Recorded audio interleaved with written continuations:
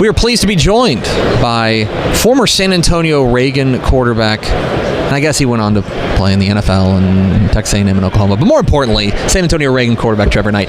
It's probably been a minute since you've been introduced as a San Antonio Reagan quarterback, but around these parts, that I know that resonates here in the Alamo City. No doubt, and I love hearing those words. Every year, obviously, that we get away from it, my body hurts a little bit more, and it's further away, but nothing better than the Friday Night Lights. Loved playing at Reagan, played for an incredible high school coach in David Wetzel, so love looking back on the Reagan days. Well, and I'm curious, obviously you went on to the college ranks and played at a high level and into the NFL, but what can you point to some of those foundational things that set you up for success that you got from playing there under Coach Wetzel? Yeah, it was an incredible program to play for, because I think what Coach Wetzel and the rest of the staff taught us was, man, if you want to go play at the next level, first and foremost, they were realistic. You may not get that opportunity, but if you do, show up every day, work harder than the guy next to you, and have a whole lot of fun doing it. So those foundational principles, man, I woke up every day and I went to work and I said,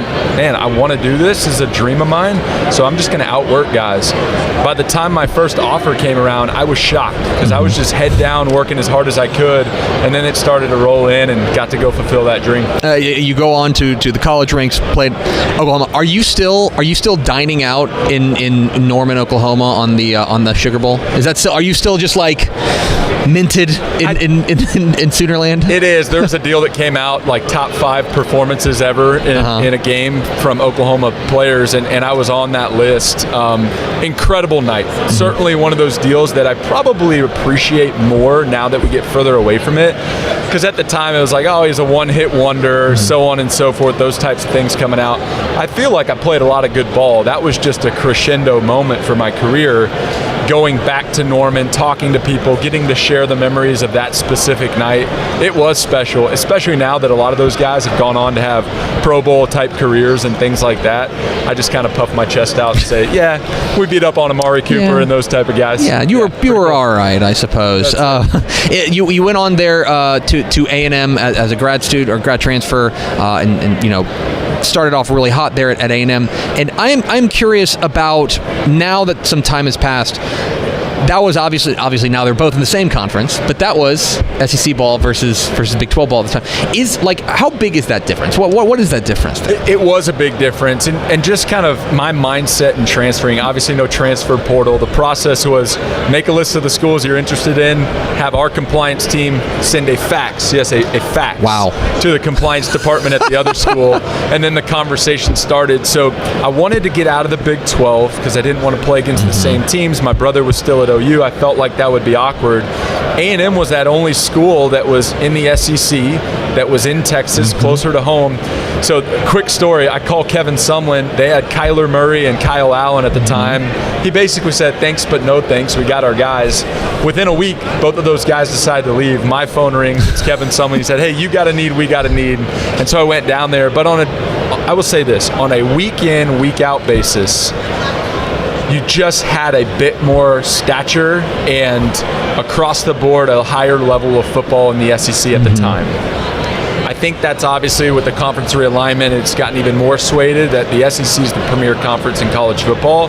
But I'll say this, in Oklahoma, at times Oklahoma State, obviously Texas, even though they went through a spell that it was tough, any Big 12 team could go in and beat an SEC team, but week in, week out, from a venue standpoint, a fan base standpoint, and just a level of football, I felt like the SEC West was premier, at least at the time I was playing. And then it was off to the NFL, and I am curious. I think everyone has. You hear about these welcome to the NFL moments. Did you have a welcome to the NFL moment? I did. Mine happened pretty quick. Preseason and all that was great. Kind of your head's down, your head's spinning, you're trying to learn a program. You've got guys like Carson Palmer and Larry Fitzgerald. I was in Arizona. Steve Keim was our GM. You're looking at all these names like, what am I even doing here? And I played okay. Now, I got to throw one touchdown pass in my NFL career. It was a preseason game. We were in Mile High up in Denver, and drop back. I throw a seam route. Well, it gets picked off, and it was a pick six. So I actually didn't throw a touchdown pass. pass. It was a pick six, but I still like to say that. Someone scored. It just wasn't the right guys in the right uniform. So that was a whole great process. And then I got cut on the last day. I end up signing week 1 with the Atlanta Falcons, and it was, again, fast and furious. I'm in there. Steve Sarkisian was our offensive coordinator. Matt Ryan had just won the MVP. So I step into this machine, and I'm trying to stay out of the way during stretch lines the first day. Well, that was a Monday, and then that weekend, we fly to Chicago for week 1. So I'm still, living out of a bag, those types of things. We land in Chicago, and we go to the stadium that day. I get the warm up in. It was kind of the cool first NFL moment. I put my sweats on because I was on practice squad, and they had a B-52 bomber fly over, and I was ready to run through a brick wall. And we end up winning the game, and I was just like, man, we're here. I made it, and this is the coolest thing ever.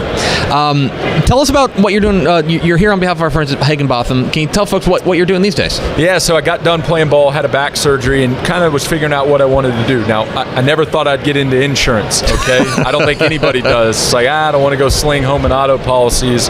What we do is a little bit different. So Higginbotham is a financial insurance and consulting firm, and we structure employee benefits programs and also business insurance on behalf of our clients. So my job is to build relationships with clients and really come in from a financial perspective and structure medical insurance and then also business insurance on their behalf. Unbelievable company, obviously a great partner with Dave Campbell's, and we make a huge impact out there in the marketplace, both in the private sector but also in the public sector, which is a great shoe into what we do with you all.